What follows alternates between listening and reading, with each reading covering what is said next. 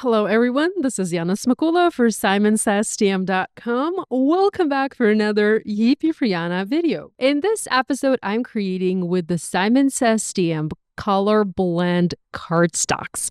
So let's jump right in. The Simon Says Stamp Color Blend Cardstock or Color Blend paper are specialty papers. They are cut to 4 1/4 by 5.5 inches, so they make the perfect front for an A2 card.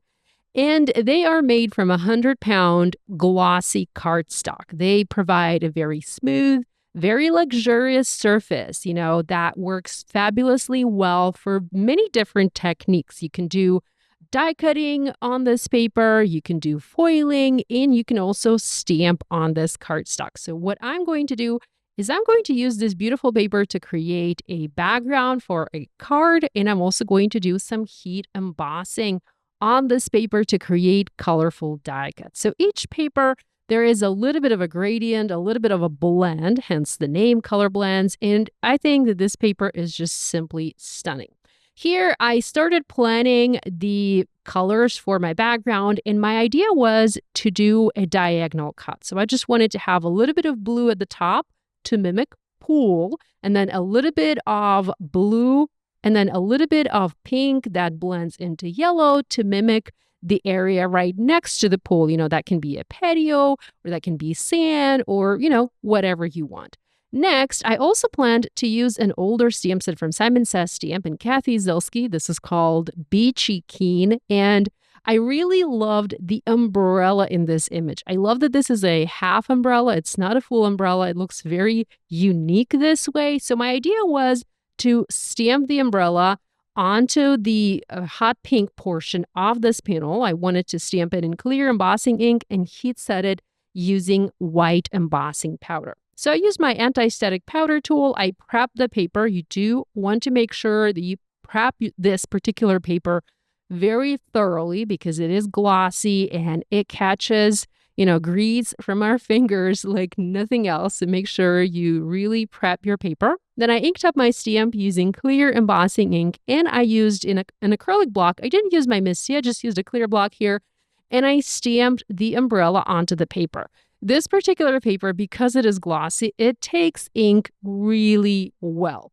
Now, you won't necessarily be able to stamp on this paper using regular ink because it is glossy and the regular ink will smear. So just keep that in mind. If you want to do regular stamping, you might need to use some sort of specialty ink like StazOn. But if you want to do heat embossing, you can easily do that. Here, I'm showing you how I'm creating the pink umbrella, although in the end, I ended up using a yellow umbrella for my card because that just made a little bit more sense. After I added embossing powder, I used a paintbrush and I cleaned up any stray embossing powder particles from my paper. And then I used my heat tool and I heat set all of that beautiful powder in place. This paper also embosses beautifully. It embosses really quickly. I don't know, maybe it was because it was super hot in my apartment. We're in the middle of summer, and believe it or not, I do not have my AC installed yet. So it was unbearably hot. So maybe that's why the paper embossed super quickly. But, either way, it embossed beautifully. And I think that this cardstock is fabulous for heat embossing. So in the past, I have used this paper to create backgrounds for my cards, and I love to use it for that. But for this card, for this video, I thought I would not only use it for the background, but also use it to create colorful die cuts or colorful stamped images. So here you'll see me emboss images onto this paper to have a little bit of that beautiful gradient. Now, once you've embossed your paper, make sure to give it a few seconds to cool. Here you can see me like flapping the paper in the air, making sure it is cool, and then wipe the excess embossing powder off so that you bring the glossiness of that paper back to life. Otherwise, you have all of that anti-static powder sitting on top of the paper and it just does not look well. Okay, next I want to trim this panel, and I'm using my light blue sheet that I previously cut as a guide.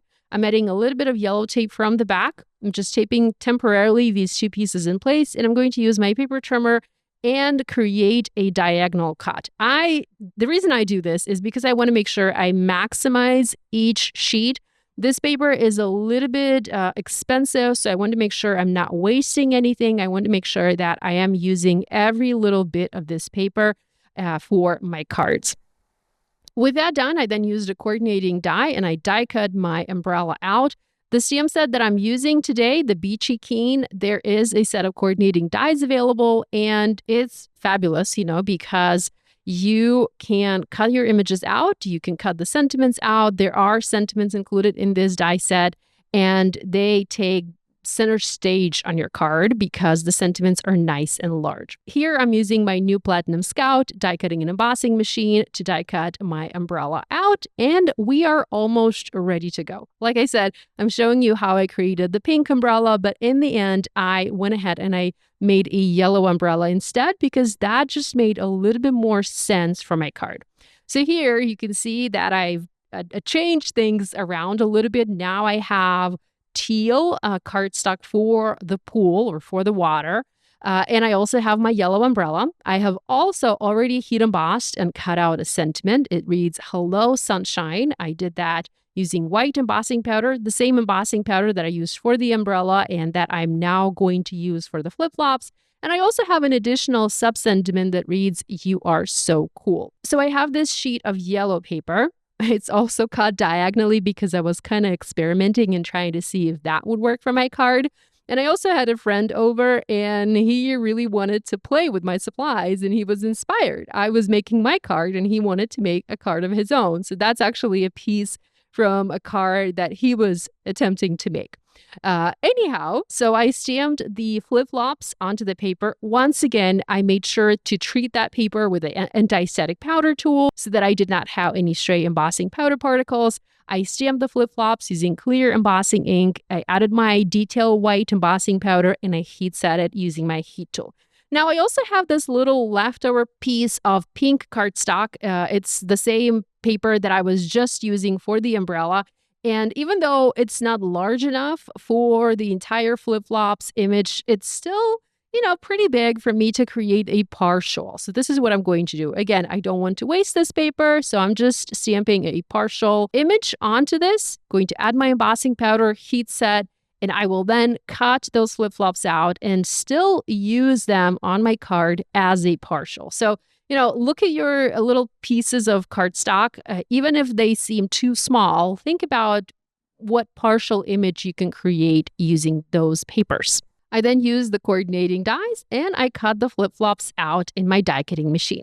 And now it's time to assemble our card. Here I have a panel of white cardstock. This is Nina Solar White. It is cut to 4 1/4 by 5.5 inches. So I'm using this paper to hold my diagonal cut papers in place. I've added adhesive to the front of my panel. I'm using Simon Says Stamp dot adhesive. And I first added the ground part. So I have my yellow to pink ombre panel. And then I added the blue part, the pool or the water part. Now the water part was a little bit too long and I used my paper trimmer and I trimmed that off. Again, I'm saving that piece because I just love this paper so much. I don't want to waste any of it. Now that my background is ready, I can go ahead and assemble my pieces. I already have a general idea what I want to do and how I want the pieces to be placed on the card. So I want the umbrella to be located between the water, between the pool, and between the ground. Then I'm going to add my sentiment, and I'm also going to add my flip-flops. The partial flip-flop image is going to sit from the bottom, like so, and then the other flip-flops are going to sit in the middle.